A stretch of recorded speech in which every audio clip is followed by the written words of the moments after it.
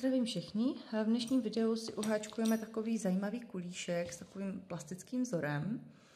Háčkovala jsem z příze, která je novinková v roce 2019, Elian Country. Tato je to příze českého výrobce VSV. Já se tady jenom tak jako trošičku k tomu probojuju. 80, nevím, jestli to bude moc vidět, ale je tam 80% akryl a 20% vlna. 100 gramů, 190 metrů. Doporučený háček je 4 až 4,5, ale já bych to měla moc tuhé, takže jsem vzala 6 na vršek nebo na vzorek a 5 potom na lem. A to klubíčko je samovzorovací. Já tady z toho, když vydělám tu etiketu, tohle mi zbylo teda každopádně z toho kulichu. Ten kulich dám na hlavu úplně v pohodě, je to 55-56. Když už se mluvíme o těch rozměrech, tak jenom abyste věděli ty rozměry, které jsou. Tak plus minus autobus 22 a kousek je na šířku. A když to vezmu na délku, tak nějakých 19,5 centimetrů. Pokud byste potřebovali hlubší, tak si uděláte pár řad těch krátkých sloupků navíc. Jak jsem říkala, je to plastický vzorek, proto jsem nedělala ten lem nějak jinak než obyčejné krátké sloupky a poslední jsou zadní reliefní krátké sloupky. Já nevím, jestli to bude vidět, ale asi už jo. Vidíte, že mám jakoby ten dvojitý spodní lem. Je krásně příjemná, určitě mírně povolí a velice dobře se s ní dělalo. Vůbec bych neřekla, že v tom je vlna. Takže pokud nejste alergičtí na vlnu, tak si myslím, že je úplně v pohodě.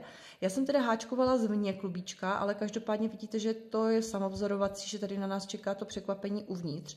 Takže záleží, jestli si vezmete vně nebo uvnitř. Já jsem ho měla zvenku rozpadlé, takže jsem prostě začala zvenku a teď si myslím, že zase asi budu pokračovat zvenku, ať si to ukážeme, protože na tomhle to bude asi lepší vidět na této barvě. A jak jsem říkala, kulíšek je háčkovaný 6. Já si tady nachystám 6, budeme háčkovat do magického kroužku.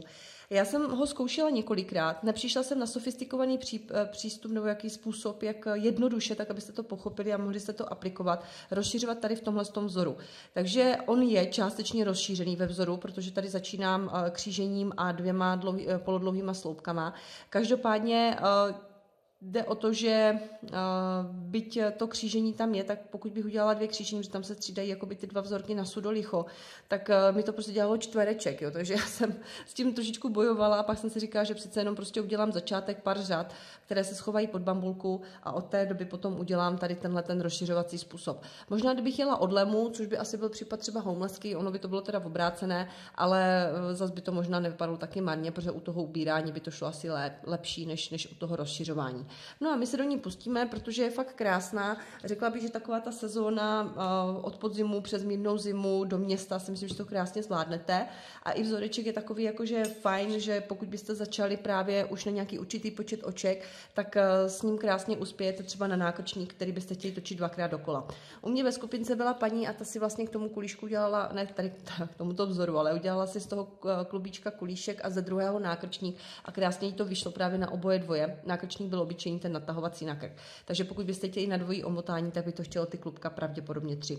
Takže jak jsem říkala, my budeme začínat úplně obyčejně do magického kroužku. Pokud chytnete tady v tom videu nebo potom v samostatném videu, tak uvidíte, jak vám to vyjde. Z přízy se velice dobře háčkovalo a řekla bych, že i se normálně páře, takže nebyl nějaký velký problém. Trošičku to má chloupek, tak to může zadrhávat, ale nic velký problém. 2 řetízková oka jako náhrada za polodlouhý sloupek, protože budeme háčkovat polodlouhé sloupky, nahodíme a do toho magického kroužku přes to překřížení vedeme háček a s nahozením všechny ty 3 nitky stáhneme do jednoho a máme polodlouhý sloupek. Včetně té náhrady jich tam potřebujeme mít 10, to znamená náhrada plus 9 polodlouhých sloupků, tak abychom se dostali na nějaký sofistikovaný počet a potom se nám to všechno dobře rozšiřovalo. Pokud byste chtěli větší tu čepici, tak jedině byste museli přidat ještě 1 řadu potom těch polodlouhých sloupků, protože víc to asi nahňácat v té řadě, v kterou my budeme dělat, to asi nepůjde, to by se už vlnilo. No a pokud byste chtěli menší, tak prostě uberete 1 řadu nebo si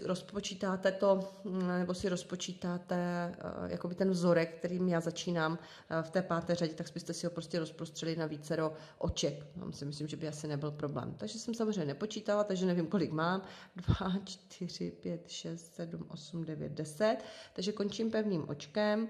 Tady ty první řady není nic moc těžkého ani sofistikovaného, je to prostě polodlouhé sloupky do oček, ani ne do mezer, ale do oček. Vždycky 2 očka jako náhrada za polodlouhý sloupek. První sloupek vedu vždycky k té náhradě.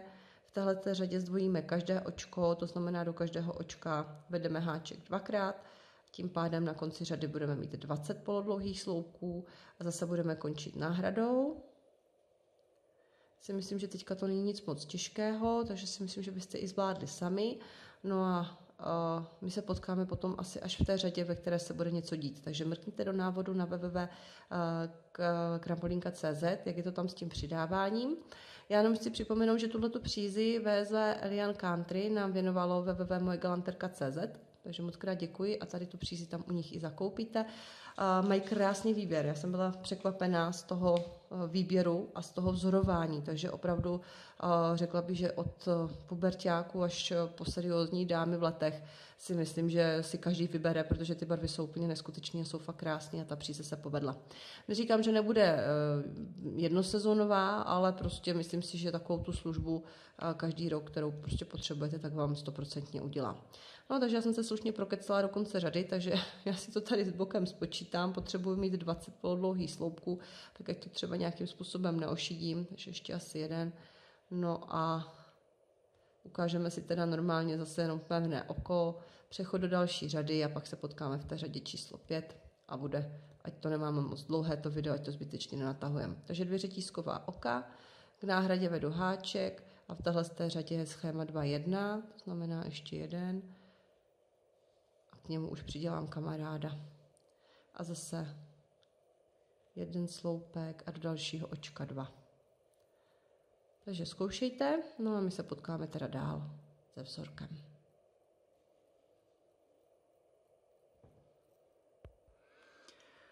Takže jak máme hotové 4 řady základu polodlouhých sloupků, tak jdeme na vzorek. Náhrada 2 řetízková oka za polodlouhý sloupek, to je furt stejné. Ta náhrada tam bude pořád, ta se jakoby nezapočítává do toho vzorku.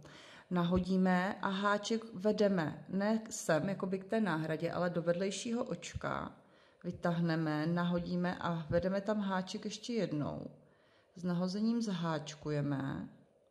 Řetízkové oko a křížíme, nahodíme a vracíme se zpátky do toho očka k náhradě, vytáhneme přízi, nahodíme do očka k náhradě, vytáhneme přízi a s nahozením zháčkujeme dohromady. Teď jsme si udělali v podstatě 2krát nahozený křížený polodlouhý sloupek. A teďka pozor, jakoby ne, ono vás to může svádět, ale ne tady do tohohle očka, protože tam máme zezadu, nebo tam v podstatě vede to první křížení, takže do následujícího uháčkujeme 2 polodlouhé sloupky. Nahodím a zase do toho jakoby očko, protože to křížení začíná prvně doleva a pak se vracím doprava, takže vlastně jakoby očko vedu háček, to znamená do tohoto místa, vytáhnu přízi, nahodím, vedu tam ten háček znova, vytáhnu přízi a s nahozením všechno zháčkuju dohromady. Nezapomenu na řetízkové oko, to je důležité, to budeme potřebovat v příští řadě. Nahodíme a vracíme se zpátky do toho očka, které jsme přeskočili. Nahodíme znovu a vedeme tam háček ještě jednou, vytáhneme přízi a s nahozením zháčkujeme dohromady. A zase následují 2 polodlouhé sloupky do toho následujícího očka.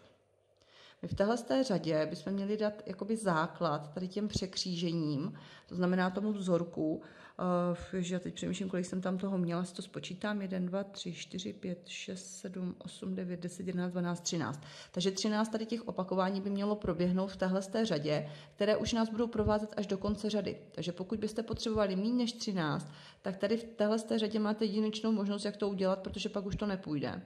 Takže pokud byste chtěli třeba dětskou velikost a bude vám stačit třeba jenom 10, tak prostě nebudete háčkovat tak stejně jak já. To křížení budete dělat vždycky stejné, ale teď třeba byste neudělali sem do tohohle očka ty 2 polodlouhé sloupky, ale až třeba opět jedno. Jo, takže tím byste si to byli schopni potom v téhle řadě zregulovat. Každopádně proto, abyste měli 13, tak potřebujete dělat to stejné, co já.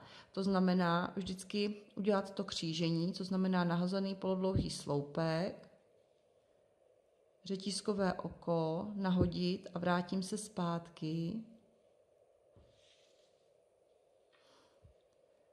Do stejného očka ještě jednou, aby se mi to překřížilo. Vyjede mi to ven. Teď jsem se asi netrefila, si myslím. Tak ještě to uděláme jednou. Nahodím a vedu háček zpátky, a když možná asi jo, je to takové volnější. Tak.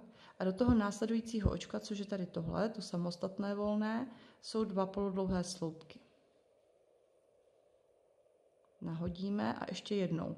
Jakoby očko vynechám, do toho následujícího vedu háček, nahodím ještě jednou, vedu tam háček ještě jednou, s nahozením z háčku všechno, co tam mám, řetízkové oko nahodím a vracím se zpátky do toho oka, které jsem si tam vynechala a u háčku zase 2krát tady to nahození, z háčku dohromady a mám křížený nahozený polodlouhý sloupek, nahodím a do toho očka prvního takového jakoby volného, aby jsme to neuháčkovali do toho, kde už máme to první křížení, uděláme 2 polodlouhé sloupky. Takže zkuste do konce řady, měli byste to tam mít 13krát, tady tuhletu záležitost. Jakmile dojedeme na konec řady, máme křížení tady, tak musíme jednoznačně končit těmi 2 polodlouhými sloupky, právě z toho důvodu, aby se nám to pěkně střídalo, protože ten vzor se vlastně, on je furt stejný, akorát se tam střídají 2 řady. Končíme pevným okem do náhrady, tady stáhneme, uděláme si opět náhradu 2 řetízková oka a teď pozor, změna v tom je, že tam, kde je to křížení, což je tady tohle, tak jak je křížení, tak tam, jak jsme si udělali to řetízkové oko, tak tam budeme háčkovat polodlouhé sloupky a nad těmi polodlouhými sloupky před a za povedeme háček a uděláme to křížení. A zase nad křížením budou polodlouhé sloupky pod to řetízkové oko a v téhle fázi bude křížení. A to je v podstatě celý vzorek. To kouzlo udělá hodně ten přechod v té přízi a ta plastičnost toho vzoru. A tím, že vlastně my teď máme zatím jenom 2 polodlouhé sloupky a výhledově my je rozšíříme ještě na 3. Jo, takže jenom abyste viděli, ještě se jakoby bude rozšiřovat v tom vzoru, ale jenom tady v těch polodlouzích sloupcích v tom počtu už se nehnem. Takže já dělám pod to řetízkové oko, v téhle řadě ještě jenom 2 polodlouhé sloupky, ať to teďka nerozšíříme, ať se nám to nevlní. Nahodím a jedu to křížení. A to křížení háček vedu nejdřív za ty 2 polodlouhé sloupky a udělám úplně to stejné. 2krát nahozený polodlouhý sloupek, nezapomenu na řetízkové oko, nahodím a vracím se zpátky k těm polodlouhým sloupkům do té mezery a tam vedu ten háček 2krát a udělám zase to křížení. Nahodím a mám před sebou překřížený polodlouhý sloupek s tím řetízkovým okem a tam já vedu háček a udělám tam 2 polodlouhé sloupky. V téhle řadě ještě 2, v té následující už půjdeme po 3. A zase tady mám ty 2 polodlouhé sloupky. To znamená před a za, takže háček vedu za nejdřív, nahodím ještě jednou, s nahozením stáhnu dohromady, řetízkové oko vracím se zpátky a vracím se zpátky vlastně mezi to křížení a ty polodlouhé sloupky z předchozí řady. Tam vedu háček a udělám to jednou a udělám to ještě po druhé a s nahozením zháčkuju. A zase jedu do toho překřížení a tam pod to překřížení, pod to řetízkové oko 2 polodlouhé sloupky.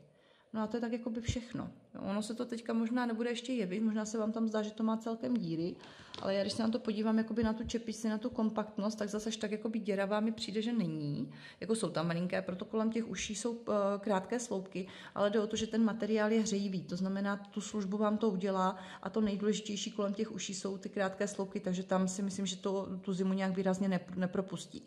Takže zase, jenom připomenu, háčkujeme nad polodlouhé sloupky, 2krát nahazovaný křížený polodlouhý sloupek s řetízkovým okem. Jednou po druhé. A pod to křížení, které jsme měli, tak si tam pod to řetízkové očko hodíme 2 polodlouhé sloupky. Takže zkuste do konce řady sami a my se potkáme v té další, aby jsme si ukázali, jak se rozšíří a v podstatě se tady jenom přidá 1 polodlouhý sloupek, ale jenom pro jistotku. No a pak už povalíte sami, protože to je relativně jednoduché a rychlé. Řadu opět končíme pevným očkem. A jenom si zkontrolujte, že končíte křížením, protože tady jsme začínali klasickými polodlouhými sloupky. Jak jsem říkala, je to z toho důvodu, aby se to střídalo, tak jenom abyste si to pohlídali. Jedeme zase náhradu, 2 řetízková oka nahodím. Nad polodlouhé sloupky dělám to stejné, co doteď, to znamená křížení, na tom se nic nemění. Takže 2krát nahozený, zháčkovaný polodlouhý sloupek, řetízkové oko a zpátky se vracím před ty 2 polodlouhé sloupky a zopakuju si to, zháčkuju. A teď jsme si říkali, že se bude rozšiřovat a rozšiřovat se bude v tom místě, kde bylo to řetízkové oko z předchozí řady. kde budeme místo 2 polodlouhých háčkovat 3 polodlouhé. No a to je všechno. Takže od tohoto momentu jste víceméně kvalitně vybaveni na to, abyste to zvládli. Myslím si, že tam žádné úskalí, krom toho, že můžete zapomínat na to řetízkové očko, tak si myslím, že vás nečekají. No a my se potkáme potom, až bude změna u toho lemu. Tam si myslím, že se ještě potkáme, abyste věděli, kam vést háček, ať to třeba nemáte moc rozvolněné. No a máme hotovo. Ta čepice je opravdu rychlovková záležitost a velice příjemná záležitost, takový jakoby zážitek s tou přízí háčkovat, protože jak vám tam vznikají ty barvy a ten plastický vzorek, který máte před sebou, tak vás to tak jako hrozně žene kupředu a motivuje. Teda aspoň já jsem si tady to takhle prožila u té čepice, takže to bylo super. Takže já zatím takto, vidíte, že už se mi tam začíná prolínat ta barva, pro šilinku už se to začíná vzorovat. Jakoby, bych to řekla, stáčet se to začne ještě asi až ob tu řadu, protože teď jsme rozšířili, takže si myslím, že ještě ob jednu řadu teprve začnete mít pocit, že máte nějaký kulich před sebou. No a já si myslím, že to je tak jako z mé strany zatím všechno, no a my se potkáme potom v té fázi, jak budeme háčkovat ten lem. Tak ať vám to klape a zatím papa. Jakmile máme hotovou poslední řadu vzoru, je celkem jedno, kterou skončíte, podle toho, jakou potřebujete délku, tak vyměníme háček 6 za háček 5 a začneme lem. Já jsem zkoušela různé druhy lemů, ale všichni mi přišli, že potom přebíjeli ten vzorek, takže jsem zvolila úplně obyčejné krátké sloupky menším háčkem. Háčkujeme hnedka k náhradě, to znamená první očko u náhrady bude krátký sloupek a jinak do každého očka, které máte před sebou, háčkujeme krátký sloupek. To znamená vždycky do těch očí, které máme, háčkujeme krátké sloupky. Mně se zdá, že to vycházelo na ty 2 sloupce po 5, to znamená vždycky jenom ty viditelné očka háčkuju. Takže v podstatě do vějířku do každého, když to vezmu takhle z kraje.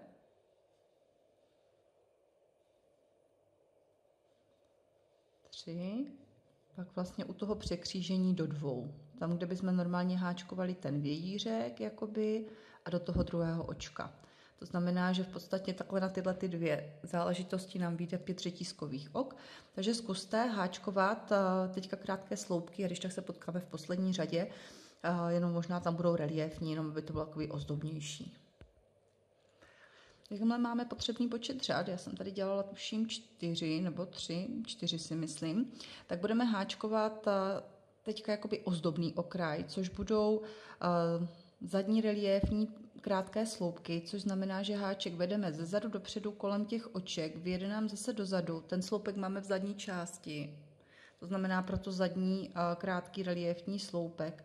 Vytáhneme si tu přízi jakoby za tu práci a uháčkujeme ten krátký sloupek. Takže ještě jednou vedeme háček ze zadu, dopředu a zase dozadu. Vidíte, že ho mám v zadní části, ten sloupek na háčku. Vytáhnu přízi a s nahozením stáhnu jakoby do klasického krátkého sloupku. Ten reliéfní sloupek, to bude za chvilku vidět, nám udělá to, že nám vlastně vystoupí jakoby tady tato hranka dopředu a vznikne jakoby takový zvláštní dvojitý okraj, který ani tak, jako že by prodloužil čepici, to ani ne, ale spíš jakoby hezky zakončí. V případě, že by z nějakého důvodu jste chtěli výraznější ten okraj, tak vemte 6 háček a tu přízi zdvojte a tím pádem to budete mít ještě takové jakoby hrubší, tady tuhletu část, takže je to také řešení. Nicméně, pokud byste třeba vzali menší a ještě menší háček a jeli jste tady tenhle ten vzor, tak si myslím, že byste s ním mohli taky čistě teoreticky končit, protože jste viděli, ten okraj byl relativně rovný, moc se nekroutil, takže si myslím, že by to bylo také řešení. Pokud byste nechtěli tady ten výrazný vzorek kombinovat třeba ani s těma krátkýma sloupkama, tak postupným vyměňováním háčku až třeba, já nevím, možná na 4,5, tak se dostanete k tomu, že byste mohli zachovat ten ráz té čepice až po okraj. Takže já každopádně jsem končila tady tím klasickým reliéfním sloupkem. On je takový pevnější, to znamená, on ten okraj té čepice moc nepustí, zároveň ho zvýrazní, to znamená, bude i to v souladu s tím vzorkem. Takže já si to tady dodělám, já jenom ukážu, jak ta čepice plus minus autobus vypadá takhle jakoby v globále. Ten vzorek ještě díky té barvě mě připomíná hrozně Kelty, nebo něco takového prostě, Kelty nebo Irsko, já nevím proč. Každopádně ta délka té čepice od toho okraje, když tam ještě přidám kousínek, tak bude necelých 19,5-20 cm. Já nevím, jak máte hlubokou hlavu, takže musíte si potom tyhle ty kousky té řady přizpůsobit podle toho, jak máte svoji vlastní hloubku hlavy. A na délku nebo na šířku té čepice mi to vyšlo nějakých 20-30 cm, to znamená a roztáhne se na těch 55 až 56 cm. Navíc je to akryl s vlnou, takže to určitě povolí. Takže já jenom připomínám, že my jsme háčkovali z příze Eliane Country. Tuhletu přízi nám věnovala www.mojegalanterka.cz. Je to český výrobce VSV Plníkov, nebo tak nějak oni se jmenujou, abych nekecala do kamery. Je to vlastně 100 gramové klubíčko, 190 metrů, je tam 80% akryl a 20% vlna. To jsem viděla zase tady někde. Tady to bylo malinkatým písmenečkem, možná kdyby to bylo ještě menším, tak by to bylo fakt super. Každopádně klubíčko vám stačí na tuhletu dámskou čepici a toto je plus minus autobus, to, co vám z toho zůstane. Takže mějte se krásně, ať se vám dílko podaří a u dalšího projektu se zase potkáme. Pa.